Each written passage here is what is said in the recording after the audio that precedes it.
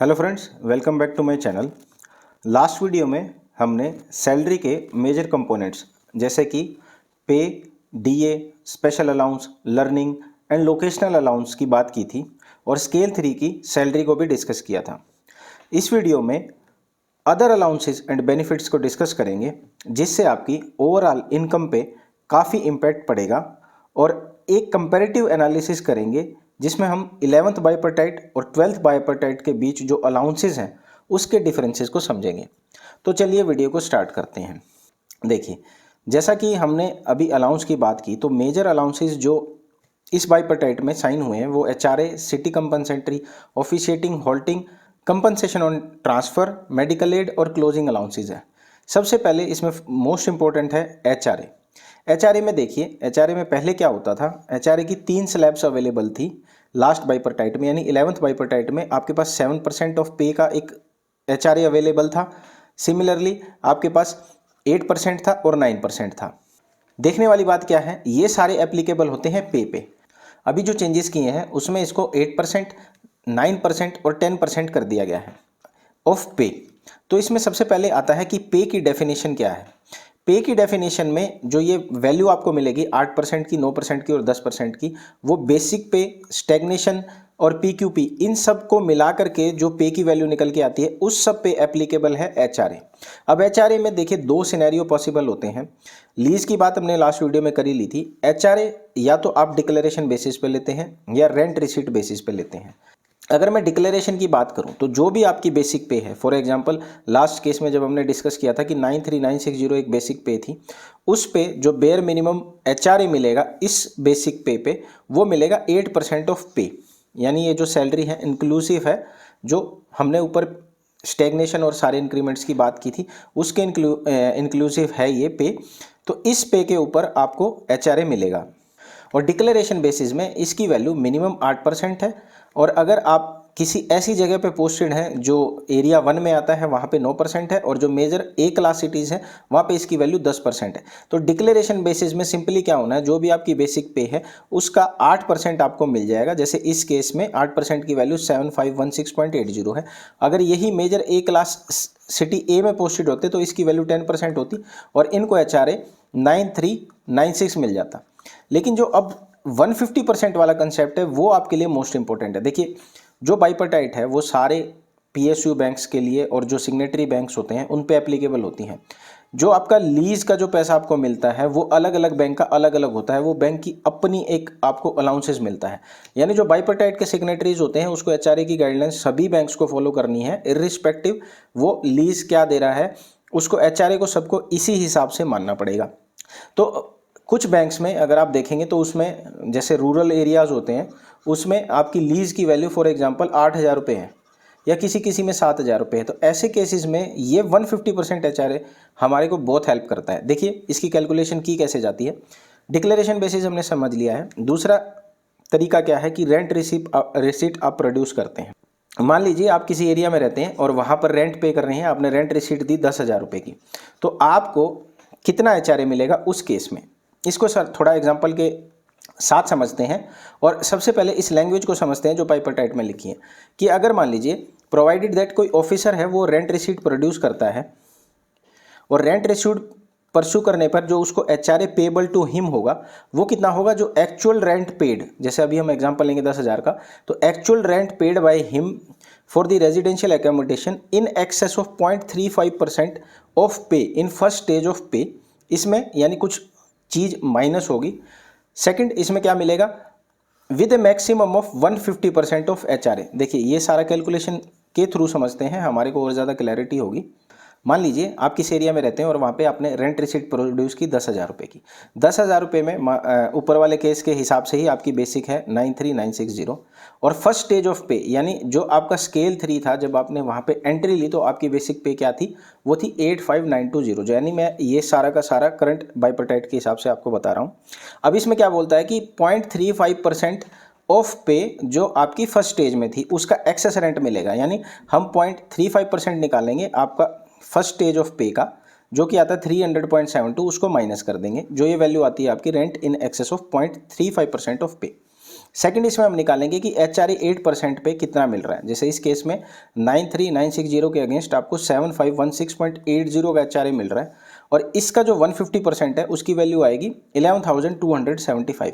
अब जो आपने एक्चुअल रेंट पे किया, जो हमने ऊपर लैंग्वेज समझी, उसके हिसाब से तो आपको लग रहा होगा कि आपको 10,000 मिलेगा, लेकिन उसमें ये बात भी लिखी हुई है कि 0.35% माइनस होगा और 150% दोनों को कंपेयर किया जाएगा और जो आप एक्चुअल में पे कर रहे हो यानी इसको माइनस करने के बाद जो पे कर रहे हो वो आपको मिल जाएगा।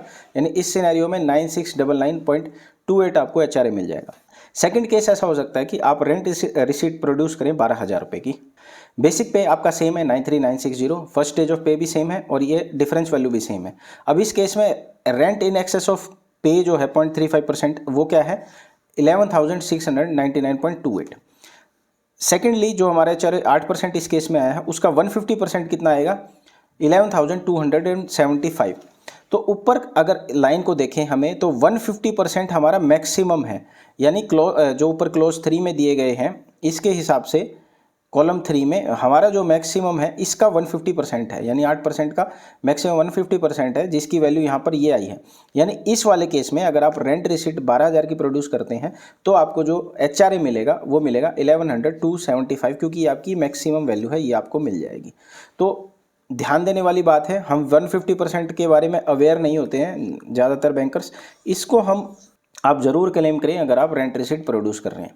सेकंड जो चेंज किया है वो सिटी कंपनसेटरी अलाउंस में किया है। सिटी कंपनसेटरी अलाउंस पहले आपका बेसिक 1150 था और मैक्सिमम जो था 1140 था, जो एरिया 1 की सिटीज़ थी। अभी इसे बढ़ाकर 2300 रुपये कर दिया गया है और ये 1900 है जो सिटीज़ हैं 5 लाख पॉपुलेशन की। और मैंने आपको ये भी बताया था कि एक बेयर मिनिमम भी इंट्रोड्यूस किया, वो सैलरी पार्ट में हमने डिस्कस किया था कि वो 1200 है। तो सिटी कंपनसेटरी अलाउंस में इस तरह से चेंजेस किए गए हैं। और यहाँ ध्यान देने वाली बात क्या है कि सिटीज कंपनसेटरी अलाउंस और जो आपका HRA अलाउंस है वो आपका इफेक्टिव है जब से आपकी सेटलमेंट ड्यू थी तब से आपको मिलेगा, यानी इसका एरियर भी मिलेगा।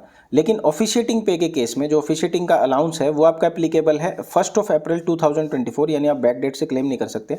मिलेगा कितना, ये मिलेगा कंटिन्यूअस पीरियड अगर आप नॉट लेस देन 4 डेज, यानी एग्जैक्टली अगर आप 4 डेज किसी ब्रांच में काम करते हैं, आपके ब्रांच हेड मिसिंग है और उसकी जगह पे अब आप काम कर रहे हैं, उसको ऑफिशिएट कर रहे हैं उस पोस्ट को, तो 4 दिन अगर आप उसको एट एनी टाइम हेल्ड करते हैं तो, या फिर ऐसा होता है कि वो महीने में मान लीजिए 4 बार छुट्टी पे रहते हैं और 4 दिन आप ऑफिशिएट करते हैं या उससे ज़्यादा उसको ऑफिशिएट करते हैं, तो आपको 15% मिलेगा। लेकिन 15% ऑफ बेसिक पे आपको आपकी खुद की मिलेगी, यानी ऑफ द पर्सन ऑफिशिएटिंग, यानी जो आपकी बेसिक पे है उसका 15% प्रो राटा बेसिस पे मिल जाएगा, यानी जितने दिन आपने काम किया है उस दिन के हिसाब से आपको ऑफिशिएटिंग पे मिल जाएगी। मेजर जो इसमें सेकंड चेंज किया गया है वो हॉल्टिंग अलाउंस के केस में किया है। हॉल्टिंग अलाउंस को काफ़ी ज़्यादा बढ़ा दिया गया है। पहले जो मिनिमम हॉल्टिंग थी वो 1200 रुपये थी और मैक्सिमम हॉल्टिंग थी आपकी 1950 रुपये। स्केल 1 to 3 की बात मैं कर रहा हूँ 11th बाइपर्टाइट में। अब इसे बढ़ा करके जो बेस मिनिमम कर दिया गया 1800 रुपये कर दिया गया और इसको मैक्सिमम 2925 कर दिया है। ये भी आपका अप्रैल 2024 से एप्लीकेबल है, यानी अगर आपने इससे पहले कहीं पे हॉल्टिंग पे मतलब आप अगर एलिजिबल होंगे और आप कहीं ऐसे प्लेस पे गए हैं जहाँ पे आपको होल्डिंग मिलनी थी, वहाँ का आप एरियर डिमांड नहीं कर सकते हैं। कंपनसेशन ऑन ट्रांसफ़र के केस में पहले मिनिमम स्केल 1 to 3 को 25,000 मिलते थे और ऑफिसर जो स्केल 4 एंड अबव थे उन्हें 30,000 मिलता था। इसे अभी बढ़ा करके मिनिमम अप टू स्केल 3 40,000 कर दिया गया है और 4 एंड अबव के केस में इसको 50,000 कर दिया। तो जैसा बैंक्स में फ्रीक्वेंटली ट्रांसफर्स होते हैं उनके लिए ये वाला अलाउंस काफ़ी बेनिफिशियल रहेगा। इसकी वजह से इसको एक अच्छा इंक्रीज़ हम बोल सकते हैं, क्योंकि ऑलमोस्ट इसमें आपका 15,000 रुपीज़ का इंक्रीज़ है। और ये वाला अलाउंस भी आपका एप्लीकेबल होगा फ्रॉम अप्रैल 2024, यानी इसका भी एरियर आप क्लेम नहीं कर पाएंगे। नेक्स्ट इसमें है अब मेडिकल एड। मेडिकल एड पहले मिनिमम थी 10,300 स्केल 1 से 3 तक की, जिसे अभी बढ़ा करके 13,000 कर दिया गया है और जो सीनियर मैनेजमेंट के ग्रेड थे उसमें इसको 15,400 कर दिया है। ये वाला जो पार्ट है मेडिकल एड का, ये आपका 1 नवंबर 2022 से एप्लीकेबल है और इसका आपको एरियर मिलेगा। इसमें जो आपको नवंबर एंड दिसंबर का मिलेगा वो प्रो राटा बेसिस पे मिलेगा, यानी जो आपको 10,300 मिल चुका है 13,000 आपको अभी मिलना है, तो 13,000 माइनस 10,300 जो ये था आपको इस डिफरेंस का आपको 12 से डिवाइड करके इन 2 मंथ्स का मिल जाएगा और सिमिलरली ये पूरा का पूरा डिफरेंस मिल जाएगा आपका 2023 के लिए आपको। तो मेडिकल एड में भी आपको एक तरह से एरियर्स आपको मिलेंगे, ये बैक डेट से इम्प्लीमेंट किया गया है। और नेक्स्ट इसमें आईबीए ने बोला कि बैंक्स ना एक पीरियोडिकल हेल्थ चेकअप की स्कीम इंट्रोड्यूस करेंगे जहां पर एप्लीकेबल नहीं है, जिस बैंक में ये चीज़ अवेलेबल नहीं है उन बैंक्स के लिए इंट्रोड्यूस होगी। और 500 रुपीज़ पर ईयर का जो है आपका एनुअल आई चेकअप का अलाउंस जो है वो रिम्बर्समेंट का आपको अलाउ किया जाएगा। नेक्स्ट इसमें है mid academic transfer allowance. Mid academic transfer allowance क्या था कि अगर आपका एकेडमिक ईयर के दौरान आपका ट्रांसफ़र हो जाता था तो आपको 1650 रुपये पर मंथ के हिसाब से पैसे मिलते थे। अभी इसमें चेंज क्या किया गया है, 2500 रुपये मिलेंगे, लेकिन पर चाइल्ड मिलेंगे, मैक्सिमम ऑफ 2 चाइल्ड। मान लीजिए आपके 2 बच्चे हैं और आपका मिड एकेडमिक ट्रांसफ़र हो गया तो 2500 ईच के हिसाब से आपको मिलेगा। नेक्स्ट है आपका क्लोजिंग। क्लोजिंग में पहले क्या होता था, आपको 2 क्लोजिंग के पैसे मिलते थे, सितंबर के और मार्च के।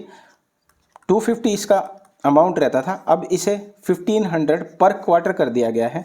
तो ये भी एक इंक्रीज़ हम कह सकते हैं कि बैंकर्स को मिला है। और ये सारे एक तरह से बेसिक अलाउंस थे आपके, जिसकी वजह से आपकी सैलरी पे एक इंक्रीज़ आपको मिलेगा।